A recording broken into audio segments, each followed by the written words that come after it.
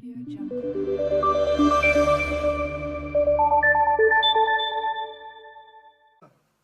хамгаалах нөхөрлөлүүдийн үндэсний 2 дугаар чуулганыг өгсөн байгаль дээлтэй бүтээгдэхүүн 2017 үзэсгэлэн худалдаа 2017 оны 4 дугаар сарын 20-нд Их Жанжин Сүхбаатарын нэрмжит төв талбайд боллоо. Чуулган өгсөн үзэсгэлэн худалдааны нээлтэнд байгаль орчин аялал жуулчлалын сайд оюун хурал, улсын хурлын гишүүн эзэн газрын хэрэглэх газрын дарга Мөнхбат, аймгийн эзэг дарга Насанбат, байгаль орчин аялал жуулчлалын газрын дарга Их Хамгалан нар оролцлоо. Байгаль орчин аялал жуулчлалын сайд оюун хурал хэлэхдээ үзэсгэлэн худалдаанд байгаль хамгаалах нөхөрлөлүүдийн уралсан олон бүтээгдэхүүн тавигдсан. Нөхөрлөлүүдийн менежментийг боловсронгуй болгох, хийж байгаа бараа бүтээгдэхүүнийг эцсийн бүтээгдэхүүн болох туршлага солилцох боломжийг олгож байна. Энэхүү чуулганыг 2 жил дараалан амжилттай зохион байгуулж байгаа нөхөрлөлүүдийн үндэсний холбоонд талархал илэрхийлье гэсэн юм а.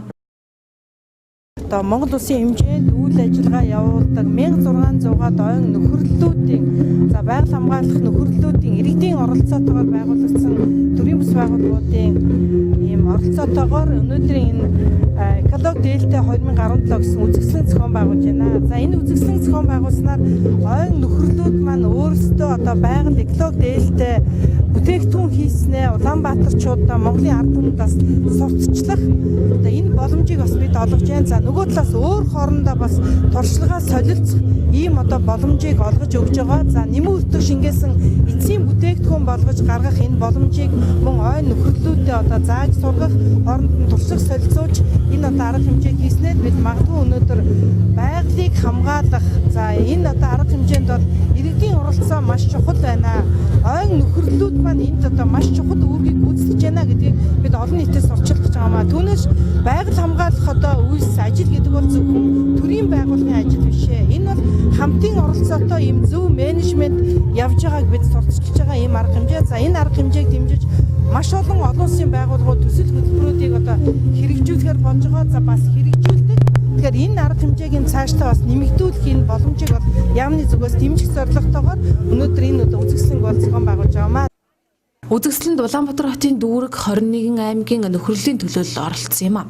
Үзэсгэлэн худалдаагаар байгаль хамгаалах нөхөрлөлүүдийн уралсан олон төрлийн бүтээгдэхүүнийг худалдаанд гаргасан бөгөөд дарханчууд жацарганы тос, ханд, сироп, эмийн ургамал, модны ураар уралсан гэр ахуйн эд хогшил, шууны үүр гэгчлэн 6 нөхөрлөл 10 гаруй төрлийн бүтээлээр оролцлоо. Ургаан модыг огтлолгүйгээр ойд унсан болон хатсан мод, хожуул, мөчөр, гишүү, навч, боргоцоог ашиглан хичнээн олон төрлийн бүтээгдэхүүн урлаж амьдрал ахуйтай хэрэглэх боломжтойг энэхүү үзэсгэлэн худалдаа харуулж байлаа. Ойн нөхөрлөлүүдийн юу хийсэн байгаа л да. Байгалийн дагалт баялгаар ингээд дахин давтшгүй хэлбэр төрстэй ийм бүтээгдэхүүнүүдийг хийж худалдаанд оролцож байгаа. Тийм. Энэ Булган аймгийн Орхон сумын өргөтийн нөхөрлөл. Тийм. Тийм.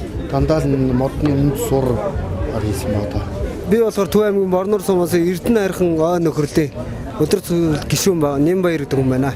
Энэ болохоор одоо ингээ манай нөхөрлөлийн хийсэн бүтээл хамт олонны юм хийсэн бүтээл байгаа маа. Одоо ингээд энэ тойл ингээд манай нөхөрлөлүүдийн хийсэн манай нөхөрлөлийн хамт олонны хийсэн бүтээл. Юу байгаа вэ? Тэр морин хуур. За энэ дотор ингээд морин хуур, ингээд өлгүүр, ингээд комора энэ одоо ингээд жишээ нь цаг байна. Энэ цаг одоо энэ ингээд ийм одоо энэ аяг юуны ийм цэцэг мэцэг хийхээр ийм сав байна. Ийм давс мавсны ийм одоо ийм бөмбөр сав. Тэгээ манай одоо энэ болохоор тойл. Одоо энэ ингээ коморос одоо энэ жинхэнэ байгалийн нөгөө нэг унсан мөчр үнцээр хийсэн юм. Сал одоо ингээд ингээ комор ийм бүтээл. Тойл одоо хэдэн төгрөг нөхтэй? Тойлоо одоо яг ингээд ярьж хөөрөөл тэгээд ерөнхийдөө нэг 900 мянгаас тэгээд ярьж хөөрөөл тойлоо. Ер нь эдгээрийг хийхэд хэрэг хугацаа ордог вэ? За эдгээрийг хийхэд ер нь нэг овоо хугацаа орож бас нэг сар орчим золно да. Яг энийг бүтээлэг яг ингээд хийхэд нэлээд ажиллагаатай л да бас нарийн ажиллагаатай. За энэ тулд одоо манай Дархан аймгийн Онгор сумын ойн нөхөрлөлүүдийг хийсэн төр бүрийн одоо хаягдал одоо мөчөр одоо дарих одоо өөр одоо энэ бэлэг дурслын зүйлүүдийг одоо хийх танилцуулсан. Энээсээ танилцуулъя. Жишээлбэл одоо энэ амгалан цагаа нөхөрлөлийн одоо хийсэн одоо хаягдлаар хийсэн одоо бүтээгдэхүүнүүд нь энэ байж энэ эле тэмдэг нөхөрлөлийн одоо шууны үүр энэ бас нэг сав одоо ингээ хийсэн байж байгаа юм.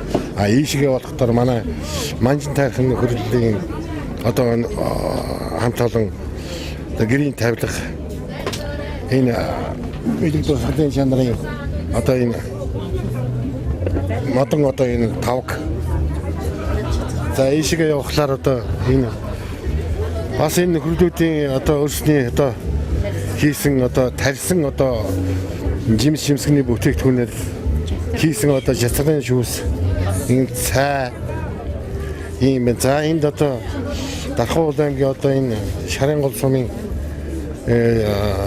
одоо нөхрөлийн нөхдүүдийн маань хийсэн одоо бэлэг дурсгалын юмнууд байж байгаа юм.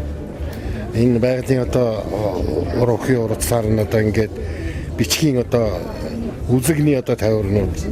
За энэ бол одоо ингээд мөчрөөр бол одоо борогцоогоор бол одоо ингээд тав хийсэн байна одоо. За энэ модны ураар бол одоо ингээд тав хийсэн байх шиг.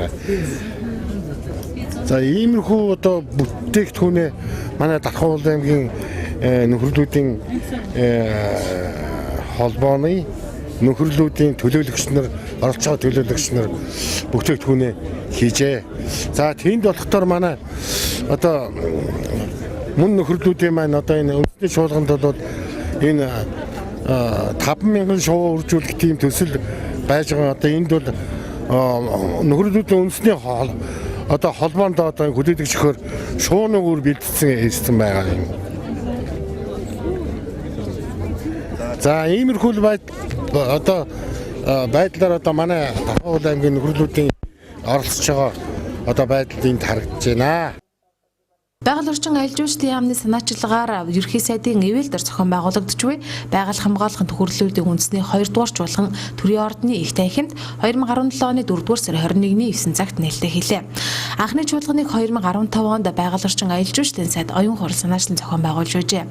Энэ чуулган нутаг усандаа ажиллаж амьдран их байгалаа хамгаалж буй нөхрөлийн гишүүдийг Улаанбаатарт төрж төр засаг цаашлаад олон улсын хэмжээнд үгийг нь хүргэдгээрээ онцлогтой.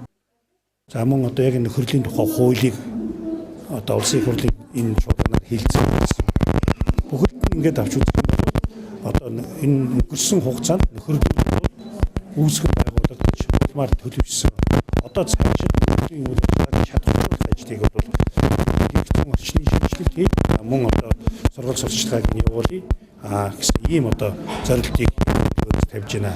Тэгэхээр одоо хэлж байгаа дотор яригдж байгаа асуудал дотор бол нөхрөлүүд одоо цаашид аж ахуйн хэлбэрт орж тийм ээ гэрээ байгуулах хэмжээнд хийж байгаа түүхийн идэ боловсруулах хэмжээнд хөрөнгө санхүүгийн дэмжлэг авах хэмжээнд энээсээ гарсан бүтээгдэхүүн хийх ажлын байр нэмэгдүүл гэрээ хийцэл хийх төвшөнд хүртэл одоо энэ үйлдвэрийг бий болгож ажиллах энэ тал дээр одоо хэс төвшил гаргаж ажиллах зүйтэй гэсэн ийм чиглэл. Тэгээ үндэсний чуулганд манад 3 одоо нөхрөл маань байгаль орчин аялал жуулчлалын сайдын жоо хүчээр шагнагдж байна. За бид одоо өнөөдрийн одоо чуулганд бол нөхрөлүүдийн орлого олох буюу тэдний одоо эрх ашиг хамгаалах асуудлууд бол хөндөж ирж байгаад бол ач холбогдолтой байна. Дархан аймгаас тус чуулганд 20 нөхрөл 29 төлөөлөгч оролцлоо. Улсын хэмжээнд нийтдээ 1629 нөхрөл 1200 гаруй байгаль орчны төрийн бас байгууллага 30 орчны бүсийн зөвлөл 21 усны сав газрын захиргаа ажиллаж байна. Мөн ан нуурын 71 бүс нутаг улсын тусгай хамгаалалттай 2 газарт мэргэжлийн төрийн бас байгууллагын гэрээгээр менежмент хийж байгаа ажээ.